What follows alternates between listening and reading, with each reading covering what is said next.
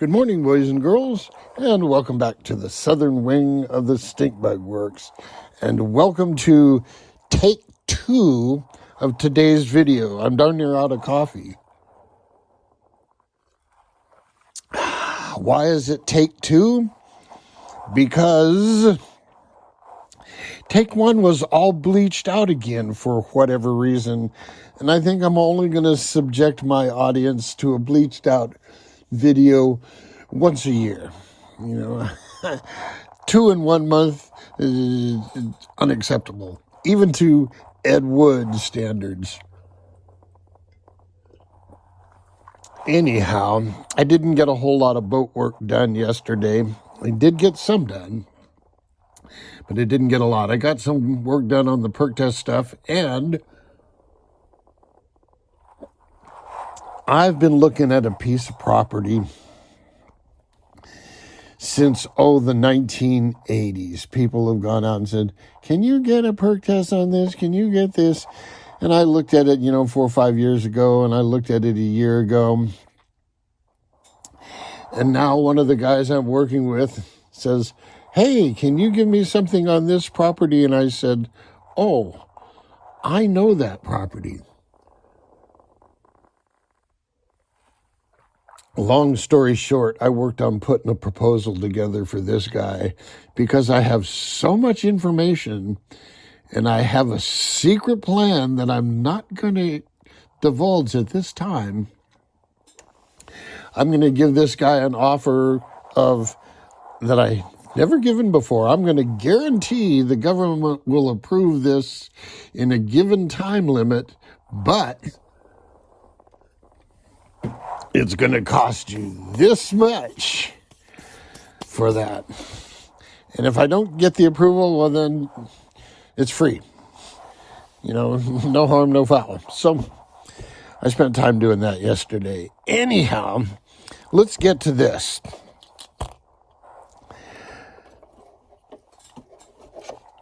I finally glued in the rest of the motor mount, this little wing that holds the gear drive, and this little plate here that holds the motor mount. So one of the things I like about the epoxy that I use a mil-spec epoxy exclusively. Now I understand, 5-minute epoxy and 30-minute epoxy. There are times when you just don't want to wait and such, but I always wind up waiting for something. I'm waiting for the appropriate stainless steel studs that I can put in here because I don't want to leave these ordinary steel ones in a boat for them to rust, because these things are going to be a permanent part of the boat, so I want them stainless. Same thing here.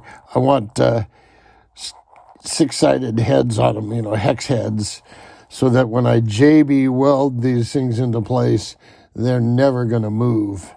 But back to my epoxy. The stuff is really thin. It's the consistency of pancake syrup.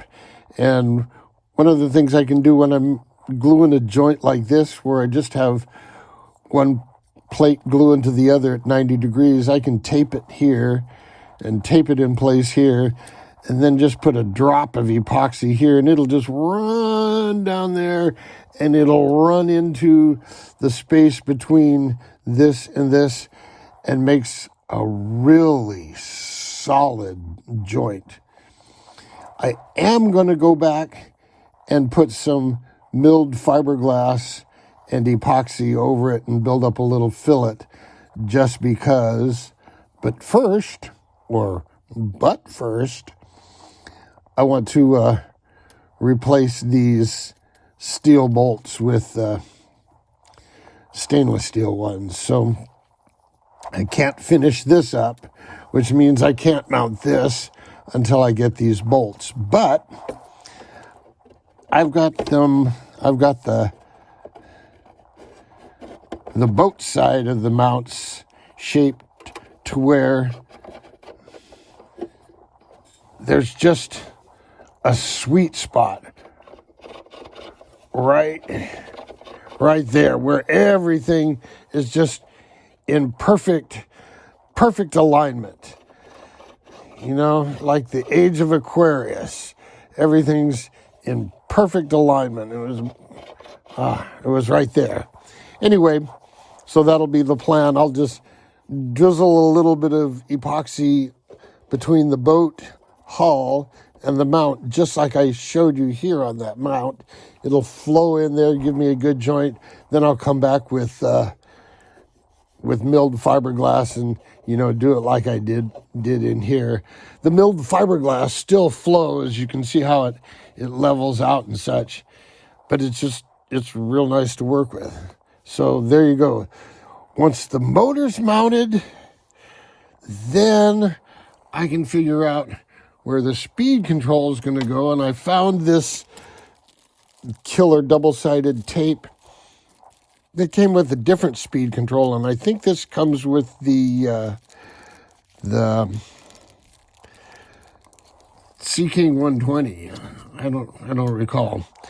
I have some standoffs for my servo mount. I'll make that today. One of the things is my stainless steel bolts are too long, and so I need to shorten them. And stainless steel is a bitch to work with. It's just really hard and it's really tough. So the way I like to sharpen these bolts is, especially when I have like a 6-sided standoff like this, I want to cut it off here. So I'll run a jam nut down up against this standoff, and then I can chuck this standoff in the lathe or the drill press or even a hand drill for that matter. And then I'll come at the screw with a Dremel cutoff wheel, and that way you can put kind of a little bevel on the end of the threads so it'll drop right into a nut and, screw right in without giving you any grief. So that's what I like to do. I like to cut them off square and then put just ever so tiny a bevel on them so that they'll start. So that'll be project for today. It looks like I'm going to put the servo over here. And in fact, to get access to the servo mounting screws, I may even have to cut like a little notch in here because I'm going to try to push this back as far as I can. We'll see. I may have to flip this screw around and put my push rod in from this side and be careful that it doesn't crash with anything in full movement, but that'll be the plan. I've always run rudders on the left. I've run them on the right, and quite frankly, I don't see a difference. I really don't. I think more important is the relationship of the prop to the rudder. I really like to have the prop behind the rudder, but sometimes you just can't do that, especially if you're one of the scale guys where they force you to put the prop under the transom. That limits the size of your props because you want to get the strut up so that it's not riding like this, but you want a big enough prop, and so putting the strut under the transom makes things a challenge. Speaking of challenges, don't forget the 2S challenge. All you need to do is build a boat that runs on 2S, and you can have 8,000 milliamps. You can have 100,000 milliamps. You can have 20 milliamps. But all it has to do is be 2S and do the fastest 10 laps around buoys 100 feet apart. And you need to either video it or have a timer that confirms it. So there you go. And the buoy spacing needs to be 100 feet or as close as you can possibly get to exactly 100 feet. If it's 99 feet, if it's 101 feet, nobody's going to know the difference. You know, this isn't for world championship status. It's for Dr. Jet challenge and bragging rights. So, you know, be honest and everybody will be happy. There you go. I think I pretty much covered it. Big B had problems with one of these E8 collets running out of true, and I don't know why that is. Every time I've got one, it's been dead nuts accurate. So if he's got one that's hard to get centered, either the motor shaft is inaccurate or the collet's inaccurate, in which case the collet needs to be thrown out and get a good accurate one. They're not very expensive. So anyway, I'm looking forward to this. One of the thoughts that's crossed my mind as I play with this is this empty hull acts as a speaker.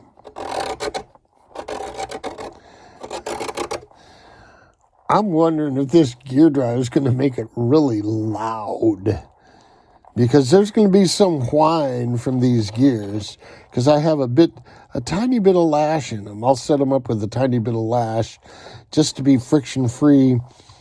And I don't want to load them up too much with grease, because quite frankly, the acetyl gear is, in theory, self-lubricating.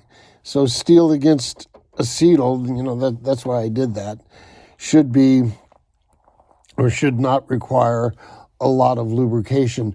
I may use some of that dry lube, which is kind of like a Teflon powder.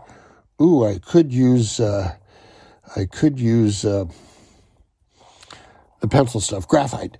I could put some graphite on there. We'll just have to play. I could just load it up with, you know, that black molybdenum grease I have, but we'll just have to find out. Until next time, boys and girls, jet out.